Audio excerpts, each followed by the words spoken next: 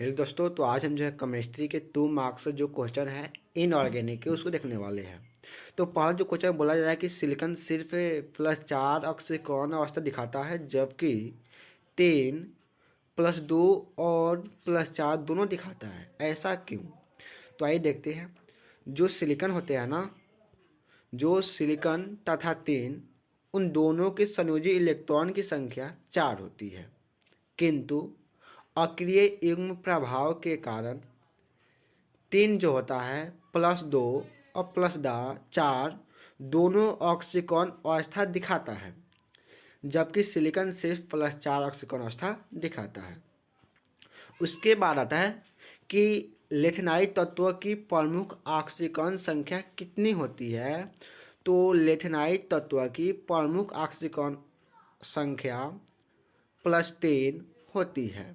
इसके अतिरिक्त कुछ लेथेनाइट तत्वों की ऑक्सीकरण संख्या +2 और +4 होती है, जैसे सीजियम का +4 है। उसके बाद है कि लेथेनाइट संकुचन क्या है। लेथेनाइट संकुचन क्या है?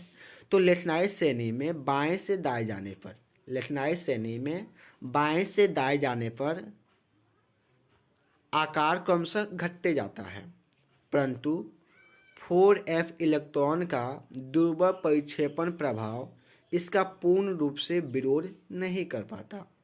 इस घटना को लेथेनाइट संकुचन कहते हैं। लेथेनाइट और एक्टिनाइड में क्या अंतर है? तो देखिए, लेथेनाइट और एक्टिनाइड में अंतर।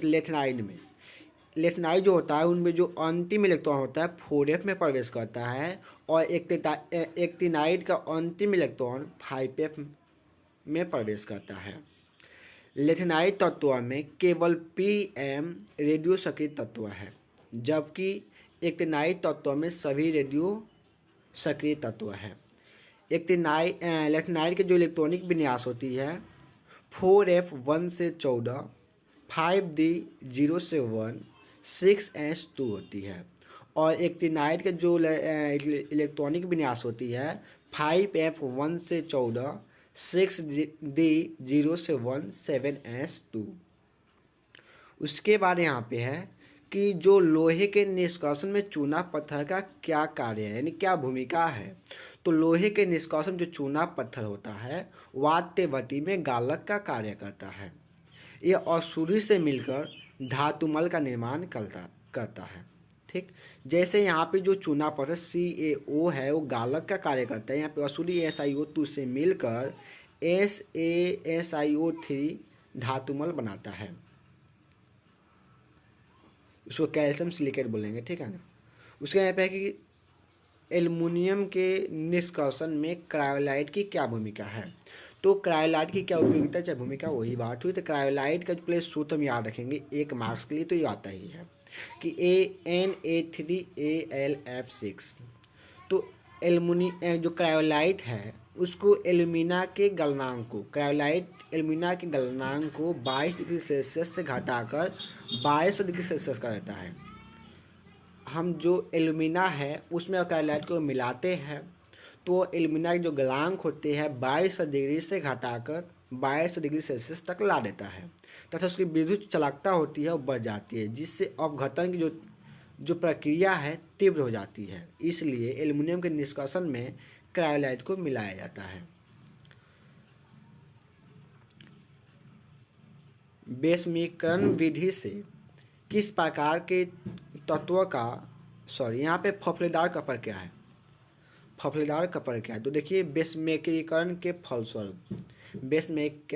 फलस्वरूप प्राप्त जो कपर होते हैं उस कॉपर से SO2 गैस के निकलने के कारण कुछ फफोले पड़ जाते हैं, इसे फफलेदार कपर कहते हैं। यहाँ पे रिपीट हो रहा है ना।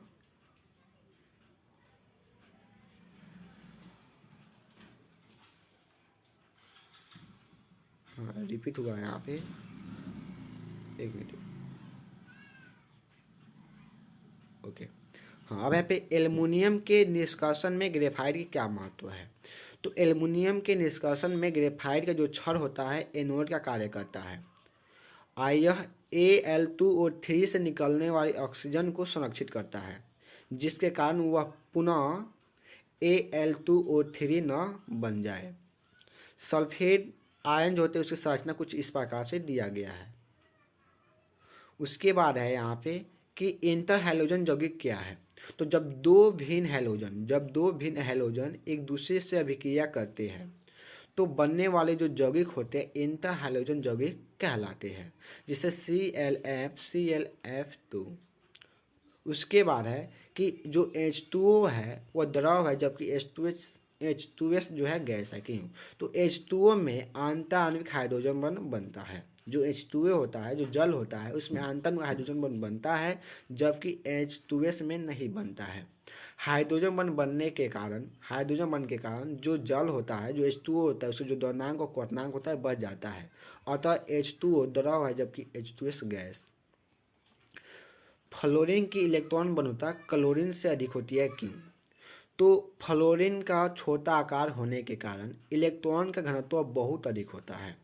अगर फ्लोरीन का जो आकार है छोटा होगा तो जो इलेक्ट्रॉन है उसका जो घनत्व है अधिक होगा, जिसके कारण बाहर से गुजरने वाली या बाहर से आने वाले जो इलेक्ट्रॉन होते हैं कम आकर्षण अनुभव करते हैं, और बाहर जो आने जो इलेक्ट्रॉन है कम आकर्षण अनुभव करते हैं। अतः फ्लोरीन की इलेक्ट्रॉन घनत्व क्लोरीन से कम होती है। उसके बाद है कि जो उत्कृष्ट गैस होती है उससे जो क्वथनांक होता है कम होता है। क्यों? तो उत्कृष्ट गैस एक परमाणविक होने के कारण दुर्बल परिक्षेपण बल यानी वांडर्स वाल बल के अतिरिक्त अन्य किसी प्रकार की आंतराणविक बल कार्य नहीं करती है, जिसके कारण यह निम्न तापों पर द्रवित हो जाती है। अतः इनके जो द्रव्यंक क्वथनांक होते हैं निम्न होते हैं।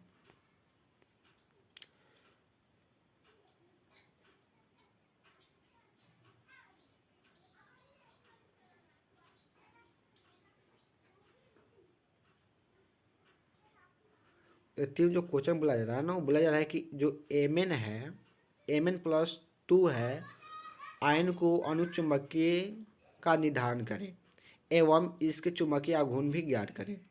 तो जैसे यहाँ पे दिया गया है कि Mn, तो Mn जो होता है ना मैग्नीज होता है, और जो मैग्नीज होता है वह 27 पर आता है। उसी पर सब हम इलेक्ट्रॉन बंधुता निकाल लेंगे, और निकालने के बाद जो द्वि उपकोष होता है, द्वि ऑर्बिटल होता है, उसका हम एथी में डाल लेंगे। 5 को इसमें खंड होते हैं, इसमें हम भर लेंगे जो अयुग्मित इलेक्ट्रॉन है। देखिए अयुग्मित इलेक्ट्रॉन कितनी है, तो अयुग्मित इलेक्ट्रॉन संख्या 5 है। तो अणु चुंबकीय होगा यानी रंगीन होगी। इस चुंबकीय आघूर्ण कुछ इस प्रकार से निकलता है, यहाँ पे दिया गया। उसके बाद यहाँ पे जो ऑक्सीकॉन संख्या वो निकालने के बोला गया, जिसका निकालना उसको 1 से मान लेंगे, बाकी सबका यहाँ पे रह कर निकाल देंगे। उसके बाद यहाँ पे देखना है ज्यामितीय निर्धारण करना है। तो ज्यामितीय निर्धारण करने के लिए क्या करते हैं, जैसे NiCl4 -2 है, तो इसका ज्यामितीय निर्धारण करनी है तो सबसे पहले जो निकेल होता है उसकी ऑक्सीकॉन संख्या को निकालते हैं। तो इसमें ऑक्सीकॉन संख्या जो होता है 2 होती है, यानी निकेल +2 का इलेक्ट्रॉनिक विन्यास निकालेंगे तो आर्गन 4s0 3d8 होगा। और जो Cl जो क्लोरीन होती है एक दुर्बल लिगेंड होने के कारण यह जो है इलेक्ट्रॉन का पेयर नहीं करेगा, इलेक्ट्रॉन पेयर नहीं करेगा। ठीक है, जो दुर्बल लिगेंड होते हैं इलेक्ट्रॉन का पेयर नहीं करते हैं, जो प्रबल लिगेंड होते हैं इलेक्ट्रॉन का पेयर करते हैं। तो जैसे यहाँ पे हो गया, इसमें अब जो रिक्त कक्षक बची है उसको हम जो होता है प्रसंकरण के लिए चूज करते हैं। देखेंगे कि इसमें लिगेंड जो होते हैं कितनी है, 4 है, तो 4 को हमको रिक्त कक्षक भी चाहिए। तो प्रसंकरण का sp3 हो गया। इस ज्यामिति होगी चतुष्फलकीय होगी। उसके बाद यहाँ पे है कि खाड़ परिरक्षक क्या है। तो खाड़ परिरक्षक क्या है, तो बोलेंगे कि वह रसायन जो खाद्य पदार्थ को लंबे समय तक सुरक्षित रखता है खाद्य परिरक्षक कहलाता है। जैसे सोडियम बेंजोएट, सिट्रिक अम्ल, विटामिन ई, एंटीऑक्सीडेंट। प्रतिऑक्सीकारक क्या है, तो वह परिरक्षक जो वसा एवं ऑक्सीजन के बीच की अभिक्रिया को रोकता है प्रतिऑक्सीकारक कहलाता है। उसके बाद यहाँ पे कृत्रिम मधुरक क्या है, तो वह पदार्थ जो स्वाद में मीठा किंतु खाने पर शून्य कैलोरीन देता है कृत्रिम मधुरक कहलाता है। जैसे सैकरीन, सोडियम साइक्लोमेट, एस्पार्टेम।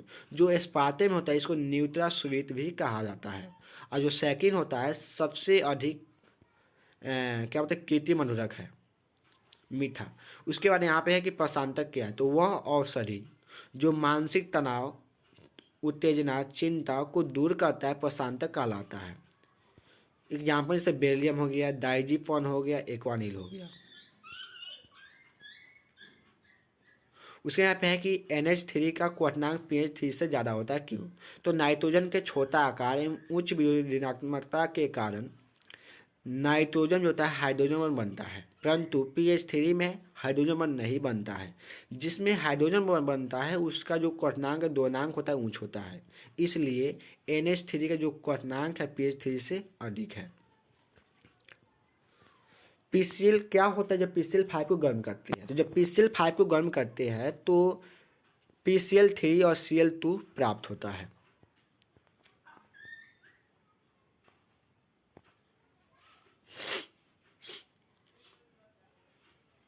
उसका जो तीनों क्वेश्चन है, तीनों क्वेश्चन बोला जाए कि नाइट्रोजन सिर्फ NCl3 का निर्माण करता है, जबकि फास्फोरस PCl3 और PCl5 दोनों का निर्माण करता है। कैसे? तो जो नाइट्रोजन क्या होता है कि नाइट्रोजन का छोटा आकार होने के कारण रिक्त द्विकक्षक उसमें उपस्थित नहीं होती है, अतः यह अपने स्तर का प्रसार नहीं कर पाता है। परंतु फास्फोरस का जो आकार होता है बड़ा होता है, जिसके कारण रिक्त द्विकक्षक उसमें उपस्थित होता है, इसलिए वो अपने स्तर का प्रसार कर सकता है।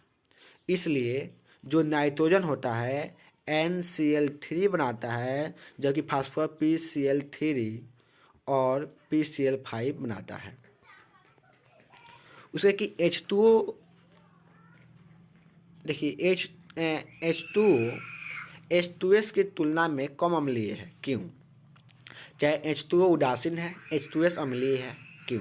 तो देखिए H2O की तुलना में अधिक अम्लीय है, क्योंकि सल्फर ऑक्सीजन की तुलना में नीचे है, अतः इसमें जो H2S होता है, H2O की तुलना में अधिक अम्लीय है, क्योंकि सल्फर ऑक्सीजन की तुलना में नीचे होता है, अतः H2S जो होता है आसानी से H+ मुक्त करता है, इसलिए H2S जो होता है उदासीन होता है, जबकि H2S अम्लीय होता है।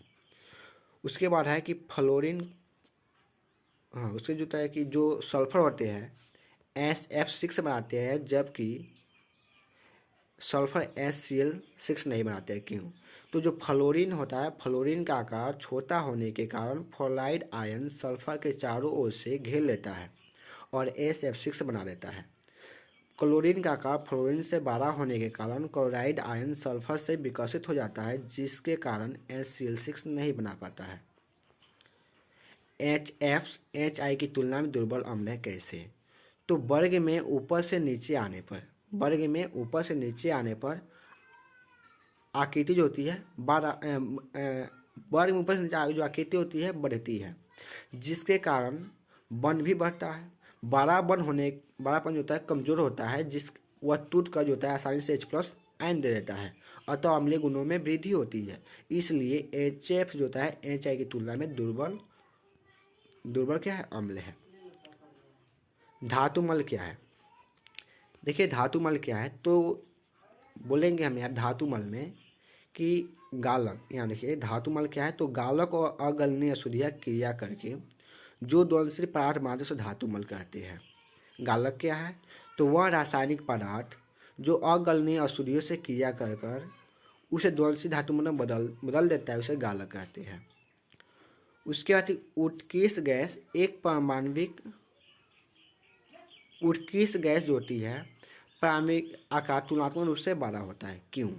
तो उत्कीर्ष गैस एक परमाणविक होने के कारण अणु नहीं बनाते हैं, अतः इसमें केवल वान डेर वाल्स त्रिज्या होती है, जो अन्य त्रिज्याओं से बड़ा होता है।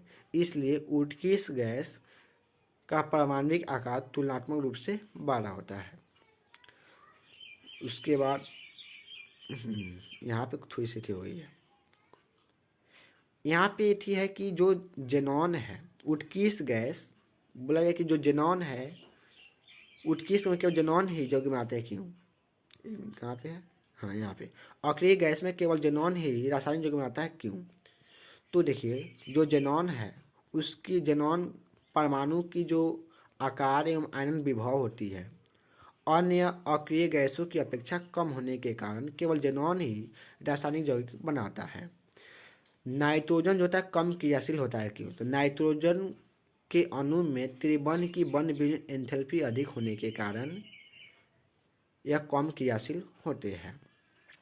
ऑक्सीजन एक प्रबल ऑक्सीकारक की तरह कार्य करता है। क्यों? तो ऑक्सीजन सॉरी ओजोन है, हाँ ओजोन एक प्रबल ऑक्सीकारक की तरह कार्य करता है। तो ओजोन एक प्रबल ऑक्सीकारक की तरह कार्य करता है क्योंकि यह टूटकर नवजात ऑक्सीजन देता है और यह नवजात ऑक्सीजन धातु और धातु को ऑक्सीकृत कर लेता है। उसके बाद है कि बेस्मीकरण विधि से धातु का शोधन कैसे किया जाता है। तो बेस्मीकरण विधि से धातु का शोधन बेस्मेकर प्रयोजक में कराई जाती है। अशुद्ध धातुओं को पिघलाकर द्रव में वायु का झोंका प्रवाहित किया जाता है, जिससे अशुद्ध या जो होती है ऑक्सीकृत होकर निकल जाती है। और इसमें ढालवार जो लोहा होता है और तांबा होता है, इसी का क्या होता है इससे क्या होता है, इसमें शुद्धिकरण किया जाता है।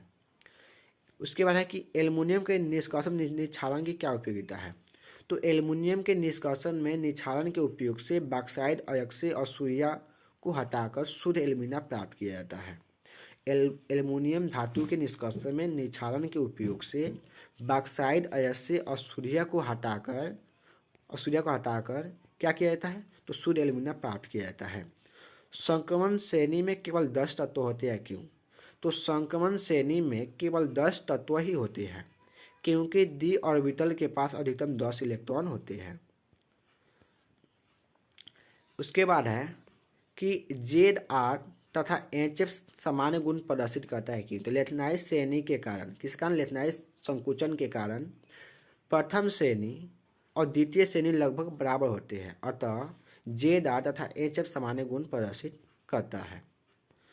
उसका कि हेलोजन परिवार के सदस्य, तो हेलोजन परिवार के सदस्य क्या होते हैं? फ्लोरीन होते हैं, क्लोरीन होती है, ब्रोमीन होती है, आयोडीन होती है और स्टैटिक्स होती है 80। उसके बाद है कि जो हीरा है विद्युत का कुचालक है, जबकि ग्रेफाइट विद्युत का सुचालक। क्यों?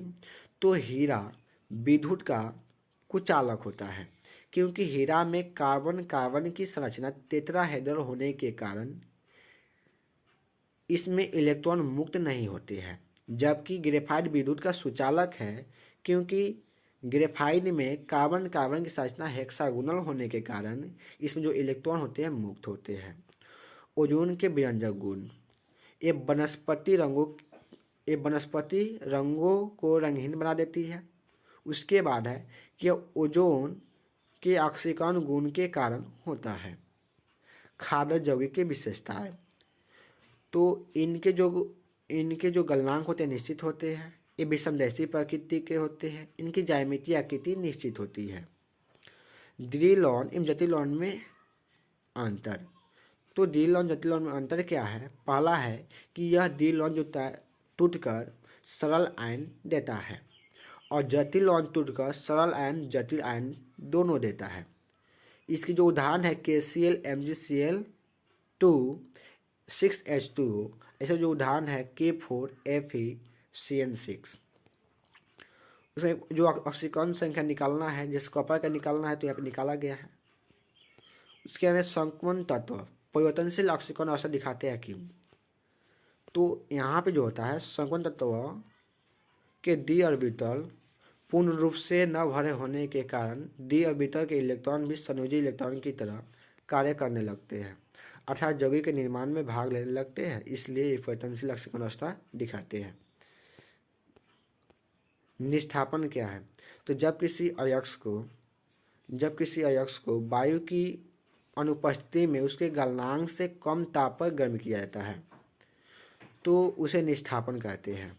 जैसे ZnCO3 को गर्म करेंगे तो ZnO+CO2 प्राप्त होता है। भर्जन क्या है? तो जब किसी अयस्क को वायु की उपस्थिति में उसके गलनांक से कम ताप पर गर्म किया जाता है तो उसे भर्जन कहते हैं। जैसे ZnS को वायु की SO2 की उपस्थिति में गर्म करेंगे तो ZnO+SO2 प्राप्त हुआ। खनिज क्या है? तो वैसे ठोस पदार्थ जिसमें धातु के अंश पाए जाते हैं खनिज कहलाते हैं, जैसे जिप्सम। अयस्क क्या है? तो जिस खनिज में शुद्ध रूप से धातु प्राप्त किया जाता है उसे अयस्क कहते हैं, जैसे बक्साइड। गैंग क्या है? तो जिस अयस्क में अशुद्धियाँ उपस्थित होती है उसे उन अशुद्धियों को गैंग कहा जाता है, जैसे बालू कंकड़ मिट्टी। उसके बाद है कि झाग पालक विधि से सल्फाइड अयस्क को सांद्रित किया जाता है। झाग पालक किस विधि को? सल्फाइड अयस्क को सांद्रित किया जाता है।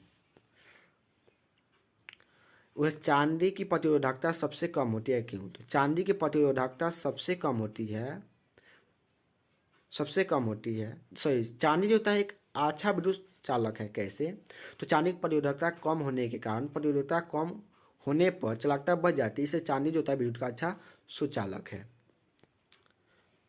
H3PO की संरचना कुछ इस प्रकार से है। इस संरचना में दो OH समूह होने के कारण इसे द्विभाषमिक या डाइप्रोटिक अम्ल कहते हैं। अक्रिय गैस की संयोजकता शून्य होती है क्यों? तो अक्रिय गैस की संयोजकता शून्य होती है क्योंकि इसकी बाहरी कक्षा पूर्ण रूप से भरे होने के कारण यह न तो किसी का इलेक्ट्रॉन ग्रहण करता है, न ही किसी को इलेक्ट्रॉन देता है। अमोनिया एक अच्छा लिगेंड है। कैसे? अमोनिया के पास लोन पे इलेक्ट्रॉन देने की क्षमता अधिक होती है, इसलिए एक अच्छा लिगेंड है। डी लॉन क्या है? तो वह लवण जो दो लवणों से मिलकर बना होता है तथा पूर्णतः आयनित होता है, डी लॉन कहलाता है। उदाहरण के लिए KCl, MgCl2, H2O।